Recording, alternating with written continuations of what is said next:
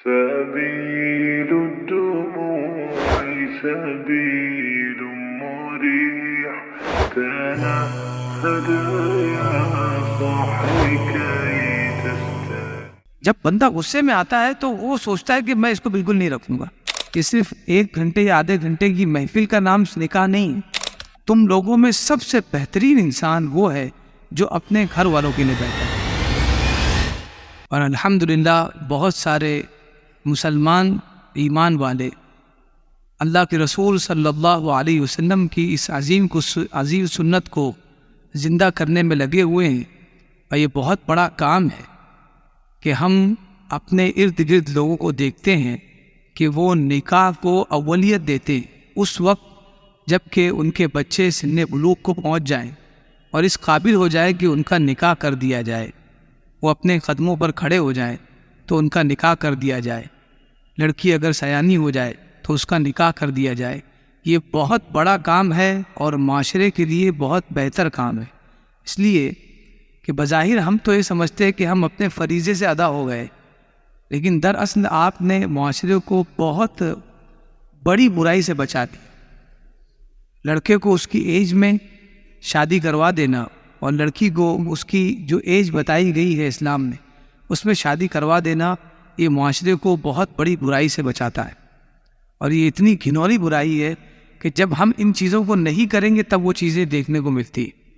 اور وہ برائیاں آہستہ آہستہ روڈ سے ہوتے ہوئے، گلیوں سے ہوتے ہوئے ہمارے گھر میں آ جاتی.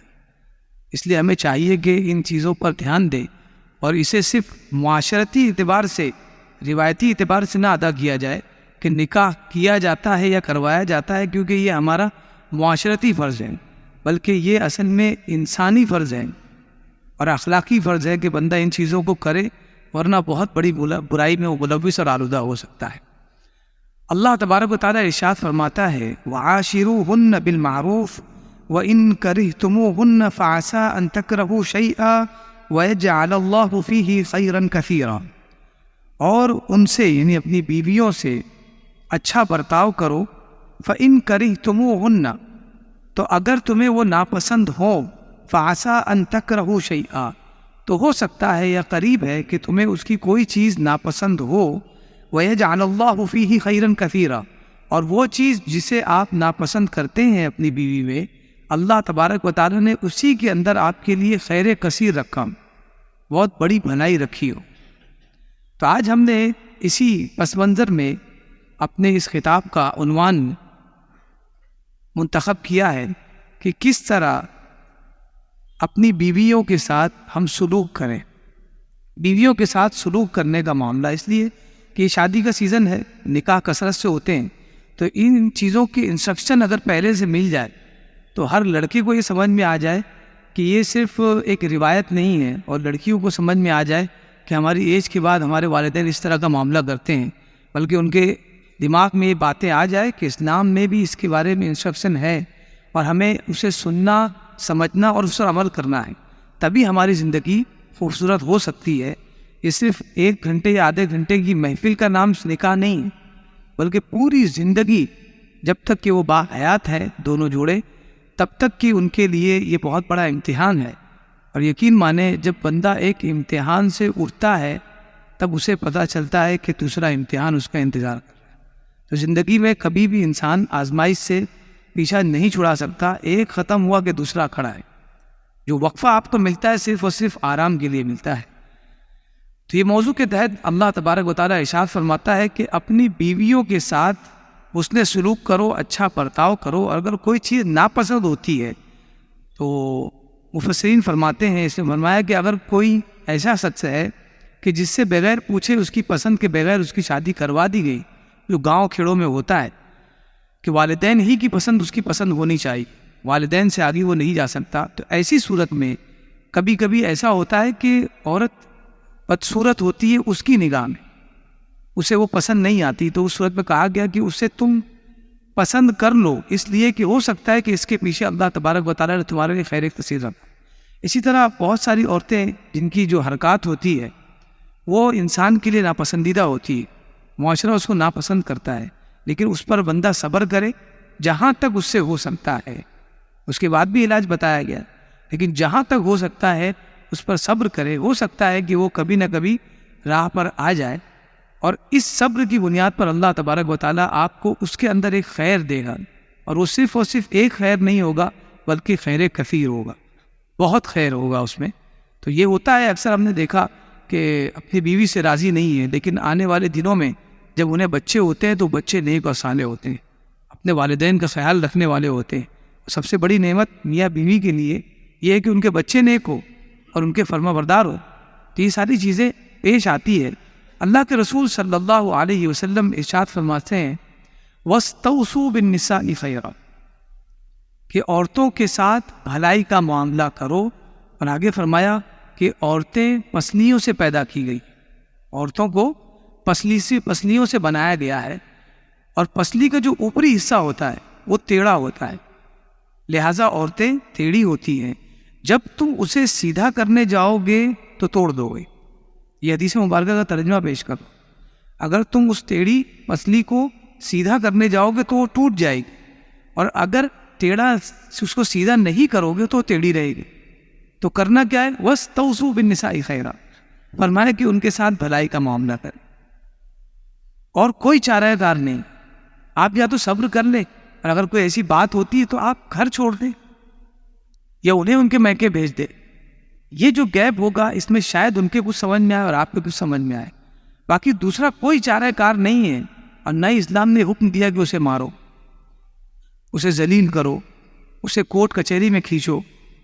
بہتر یہ ہے کہ اس معاملے کو آدمی آسانی سے لے.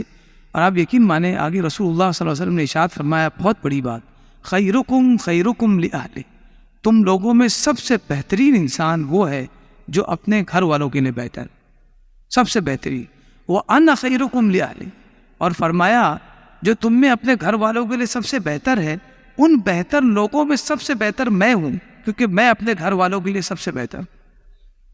یعنی اللہ کے رسول صلی اللہ علیہ وسلم نے صرف فرمایا نہیں بلکہ اسے کر کے بھی دکھائے اور بتایا کہ میں سب سے بہتر ہوں اپنے گھر والوں کے لیے تم میں، اور تم میں وہ لوگ جو اپنے گھر والوں کے لیے بہتر سمجھتے ہیں کہ وہ بہتر ہے، ان میں بھی سب سے بہتر میں، کیونکہ میں اپنے گھر والوں کا خیال رکھتا ہوں. اور پھر آپ نے جو مثالیں پیش کی ہیں ازواج مطہرات کے ساتھ، ایسی مثالیں دیکھنے کو نہیں ملتی. حضرت ابوبکر صدیق رضی اللہ تعالیٰ عنہ کی شہزادی سیدہ صدیقہ رضی اللہ تعالیٰ عنہ آپ کے نکاح میں جب کوئی معاملہ ہوتا حضرت ابوبکر صدیق رضی اللہ تعالیٰ عنہ آگے آ جاتے کہ تم کیسے مطالبہ کر سکتی ہو حضور صلی اللہ علیہ وسلم سے، لیکن آپ آگے آ جاتے، کہتے کہ نہیں، ان کو مطالبہ کرنے کا حق ہے، یہ ہماری زوجہ ہیں، ان کو مطالبہ کرنے کا حق ہے.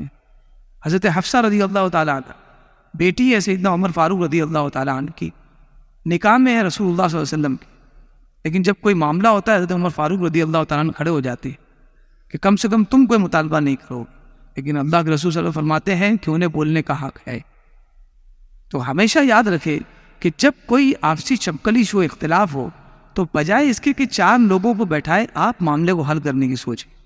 اس لیے کہ سب سے پہلے تو اس بات پر غور کرنا ہے کہ ایک چھوٹی سی چنگاری جو اٹھی ہے، یعنی چھوٹی سی بات پر جو معاملہ پھیلا ہے، یہ ہمیشہ رہے گا یا کچھ دیر کے لیے.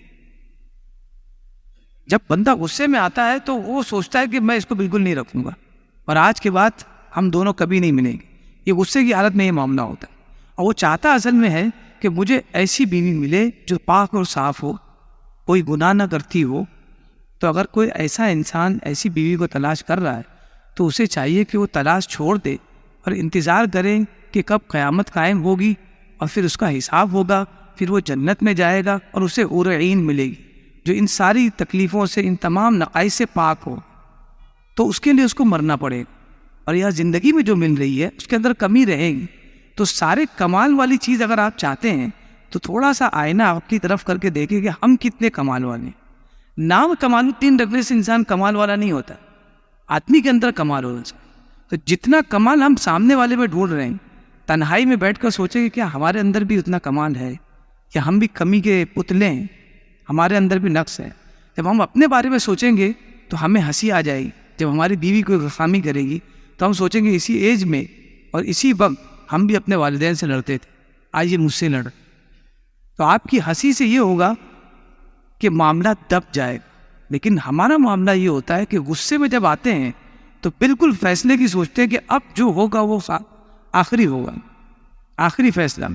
لیکن اس کے بارے میں واصف علی واصف صاحب بہت عظیم بزرگ گزرے ہیں، انہوں نے بہت بڑی بات کہی. انہوں نے کہا کہ جب بھی آپ کے درمیان جھگڑا ہو تو یہ بات سوچ کہ ساتھ رہنا ہے یا ساتھ نہیں رہنا ہے. ساتھ رہنا ہے یا ساتھ نہیں رہنا ہے. تو جھگڑا ہونے سے پہلے آپ یہ سوچیں کہ اگر ساتھ رہنا ہے تو جھگڑا کیوں؟ جب ساتھ ہی رہنا ہے تو ابھی جھگڑا کر کے پھر بعد میں ایک دوسرے کو منانے بیٹھتے ہیں تو بہتر ہے کہ جھگڑا ہی نہ کریں، کیونکہ ہمیں ساتھ رہنا ہے، الگ ہو جائے، گھر چھوڑ دے تھوڑی دیر کے لیے. اور اگر ساتھ نہیں رہنا ہے یہ آپ نے فائنل کر لیا تو جھگڑا کیوں؟ جب ہمیں رہنا ہی نہیں ہے، ہم نے سوچ لیا کہ ہمیں چھوڑنا ہے، تو پھر جھگڑا کیوں؟ تو دونوں صورتوں میں جھگڑا ہونا ہی نہیں چاہیے. لیکن آپ دیکھیں ہمارا معاملہ یہ ہے، جب تک دنیا کو پتا نہ دے کہ ہمارے گھر میں کیا چل رہا ہے تب تک سکون نہیں ملتا ہے. اور پھر آپ خبر لیں 2 مہینے کے بعد تو وہ کہیں پکنک پہ نکلے ہوئے ہیں اور پورا محلہ پریشان ہے، دعا کر رہا ہے ان لوگوں کے لیے کہ اصلاح ہو جائے، اور وہ جو ہے وہ پکنک پہ نکلے. تو یہ معاشرے کو کیا آپ کیا سمجھتے ہیں کہ ہاں ٹھیک ہے اب تو ہم نے صلح کر لی؟ آپ نے صلح نہیں کی، آپ نے لوگوں کو درس دے دیا کہ اس طرح کا برتاؤ آپ بھی کر سکتے ہیں اپنی بیوی سے. آپ نے اپنے بچے کو کیا بتایا؟ چلا آپ نے بتایا کہ اس طرح کا بیٹا تم بھی سلوک کرنا. اور یقین مانے آپ کتنی بھی نیکی کر لیں آپ کے بچے نہیں سیکھ پاتے ہیں، لیکن ایک برائی کرے فوراً کیچ کر لیتے. تو یہ چیزیں بتانے کی نہیں ہوتی، صرف آپ کر کے دکھا دے وہ کر رہے. باپ زندگی بھر نماز پڑھتا رہا لیکن بیٹا نمازی نہیں نکلا، ہو سکتا ہے، لیکن اگر باپ شرابی ہے تو بیٹا شرابی ہی نکلتا ہے. بہت ریئر ایسا ہوتا ہے کہ کوئی نہیں نکلتا. تو برائیاں اپنی طرف کھینچتی ہے، اور شیطان شراب کے اڈوں پہ نہیں مسجد کے دروازے پر بیٹھا ہوتا ہے. اور ہمیں لگتا ہے کہ شراب کا اڈا بہت گناہ کی جگہ ہے.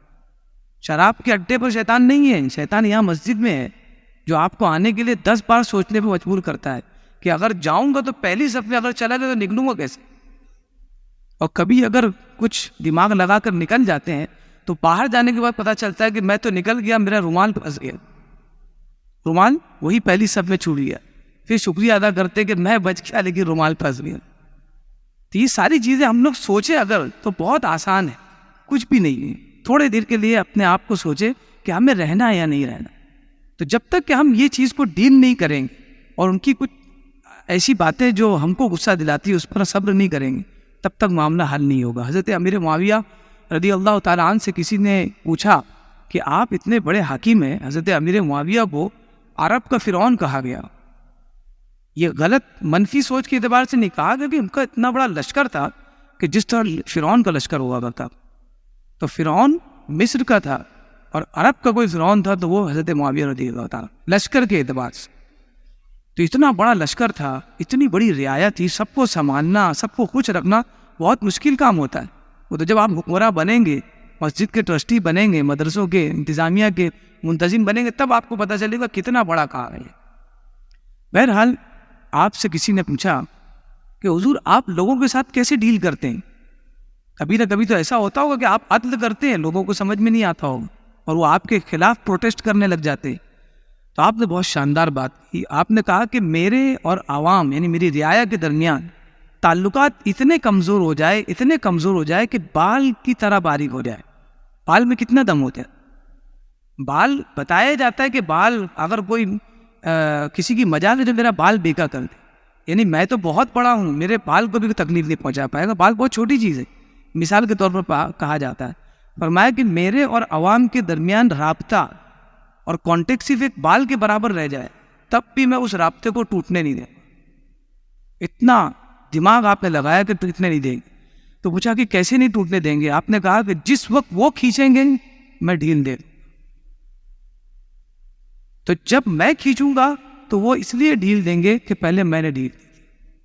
تو بس یہی معاملہ ہم دونوں میں ہونا چاہیے، بیوی اور شوہر میں، کہ جب کبھی وہ ناراض ہو تو ہم اسے جھیل لیں. تو جب آپ ناراض ہوں گے تو وہ یہ سوچ کر جھیل لے گی کہ کل یہ بھی ہم کو جھیل چکے ہیں. تو یہ چیزیں جب تک ہمارے اندر نہیں آئے گی ہم اچھی مثال اپنے بچوں کے لیے نہیں بن سکتے. اللہ کے رسول صلی اللہ علیہ وسلم کی بارگاہ میں ایک خادم کھانے کا ایک برتن لے کر آتا ہے. ازواج مطہرات کی باریاں لگی تھی، ایک دن ایک بیوی کے یہاں آپ رہتے تھے، دوسرے دن دوسری بیوی کے یہاں، تو سب کی دن وائز باری لگی ہوئی تھی کہ ایک دن اس جگہ، ایک دن اس جگہ۔ ایک دن کی باری تھی حضرت عائشہ صدیقہ رضی اللہ تعالیٰ عنہ، تو جس دن جس بیوی کی باری ہوتی تھی اللہ کے رسول صلی اللہ علیہ وسلم انہی کے گھر میں رہتے، تو ان کے لیے بہت بڑی بات ہوتی ہے کہ اللہ کے رسول صلی اللہ علیہ وسلم ہمارے گھر میں، تو اس دن کہیں کسی کو جانے نہیں دیا جاتا تھا، اللہ کے رسول کو کہیں جانے نہیں دیا جاتا تھا، کہتے کہ ہمارے گھر بھی رہے کیونکہ آج ہماری باری ہے۔ تو اس دن باری تھی حضرت عائشہ صدیقہ رضی اللہ تعالیٰ عنہ، اور آپ کے گھر میں، حضرت عائشہ کے گھر میں موجود تھے۔ اتنے میں ایک خادم ایک کھانے کی تشت لے کر آتا ہے جس میں کھانا رکھا ہوا تھا، اور یہ کھانا کسی ازواج مطہرات میں سے کسی نے بھیجا تھا، اور بیویوں میں سے کسی ایک بیوی نے یہ کھانا بھیجا تھا۔ حضرت عائشہ صدیقہ رضی اللہ تعالیٰ عنہا نے جب دیکھا کہ کسی بیوی نے میری باری میں اپنی طرف سے کھانا بھیجا ہے، آپ نے ہاتھ مارا اور وہ گرا تھا، برتن کو گرا دیا غصے میں کہ میری باری ہے تو اس میں کسی اور ازواج کو دخل دینے کی کیا ضرورت ہے۔ اللہ کے رسول صلی اللہ علیہ وسلم کے سامنے یہ معاملہ ہو، بتائیے ذرا ہمارے ساتھ اگر یہ معاملہ ہو تو کیا کریں گے؟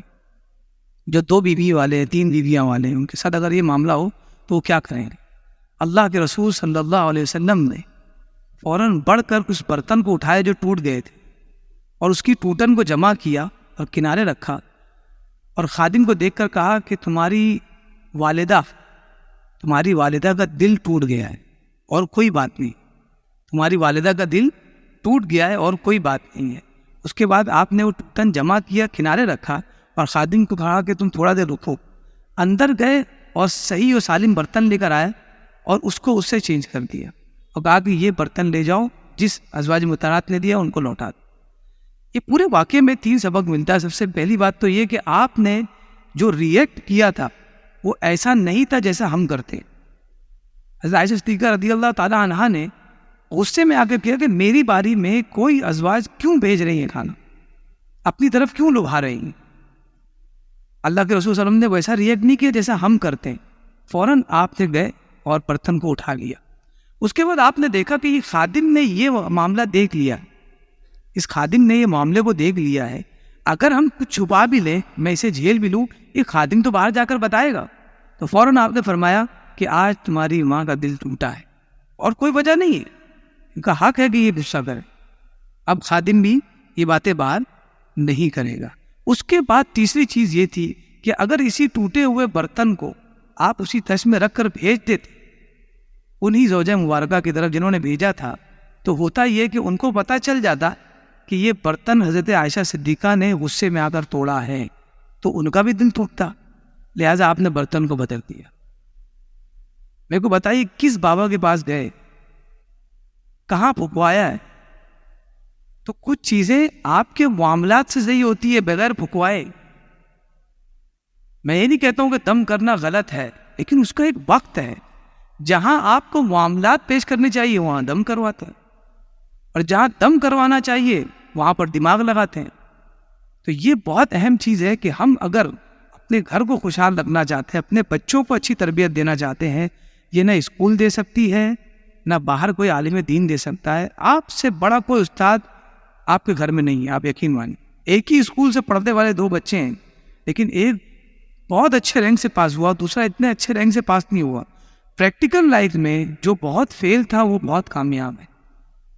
اس کی وجہ یہ ہے کہ جو تربیت اسے ملی وہ اپنے گھر سے ملی، ماں باپ کی پریکٹیکل لائف سے ملی۔ اور پہلا والا انسان تو ایسا تھا کہ اس کے ماں باپ تھے ہی کہاں، وہ تو سب جاب پر تھے، تنہا خالی محنت کرتا تھا، پڑھتا تھا، اور صرف پڑھ کر اس نے علم حاصل کیا، تربیت نہیں۔ تو آپ اپنے بچوں کو تربیت دیں، جمعہ میں اپنے بچوں کو لائیں، کھینچ کر لائیں، اور جب جمعہ سے نکلے تو قبرستان لے کر جائیں، نہ لے جا سکے تو تھوڑی دور پر لے کر گئے کہ اپنے دادی کے لیے فاتحہ کرو، اپنے دادا کے لیے فاتحہ کرو۔ یہ چیزیں آپ کریں اس لیے کہ مرنا ہمیں بھی ہے، اور یہی ہوں گے جو ہم پر فاتحہ پڑھیں گے اور پھر اپنے بچوں کو کہیں گے کہ اپنے دادا پر فاتحہ، اپنی دادی پر فاتحہ پڑھو۔ اللہ تبارک و تعالیٰ کی بارگاہ میں دعا ہے کہ ہمیں کہنے سننے سے زیادہ اس پر عمل کی توفیق عطا فرمائے، جو احکام اللہ کے رسول صلی اللہ علیہ وسلم نے ہمیں دیے ہیں اس پر عمل کرنے کی توفیق عطا فرمائے۔ وصلی اللہ تعالی علی خیر خلقہ محمد و آلہ و صحبہ اجمعین برحمتک یا ارحم الراحمین۔